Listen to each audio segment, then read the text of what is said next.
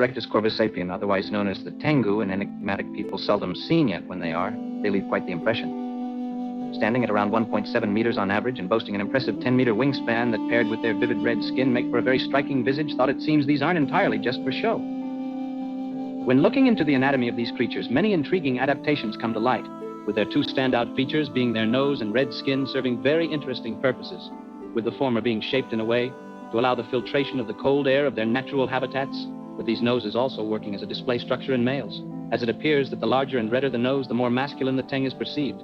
This beauty standard seems to be an evolutionary holdover from a more primitive time when this probably worked as a sort of signifier of good health in the species. As for the skin, this can be explained when looking at what me and my colleagues believe is where Tengus first evolved, this being the outer edges of the maxil marshland, where many trees of a similar red hue can be found. This and their ability to wrinkle their skin into a bark-like texture further back up this theory.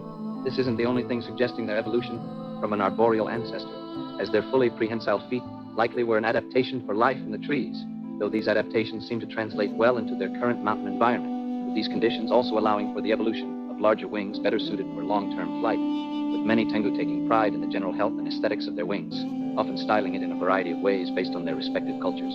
On the topic of said cultures, the many varied Tengu societies or settlements can be divided into two main categories or lifestyles, these being the Dai and the Karasu. These contrasting cultures are fairly easy to tell apart. If you're ever in a situation where walking around and you suddenly run into a Teng and you have the time to wonder what kind they are, they're definitely a Dai Tengu. As this variety of Tengu are far more outgoing and are commonly seen by other species in the area, though this can be to the detriment of the witness, as Dai Tengu are known to find great enjoyment in pranking the average passerby, with these pranks ranging from essentially harmless to downright sadistic, with some even using this as an opportunity to test out a form of magic they've learned, though most instances are somewhere in the middle, with many merchant accounts reporting their entire inventory being scattered across the woods with nothing but cryptic notes and the distant sound of snickering Tengu being the only hints to the location of their goods. On the other end are the Karasu Tengu, being way more reclusive than their Dai counterparts. The Karasu are seldom seen by those outside their villages, often sticking to their secluded mountaintop villages that they're fiercely protective of. This can occasionally be a problem, as it appears that these Tengu aren't a fan of setting up signs, as it apparently ruins the aesthetic. So it's become a somewhat common occurrence that an unknowing traveler walks into Karasu territory just to be greeted by a group of Tengu with their swords drawn. Luckily, these encounters are usually non-lethal. With all these differences, there is one similarity between the two types of group and all Tengu groups for that matter, this being the position of a Sojibo.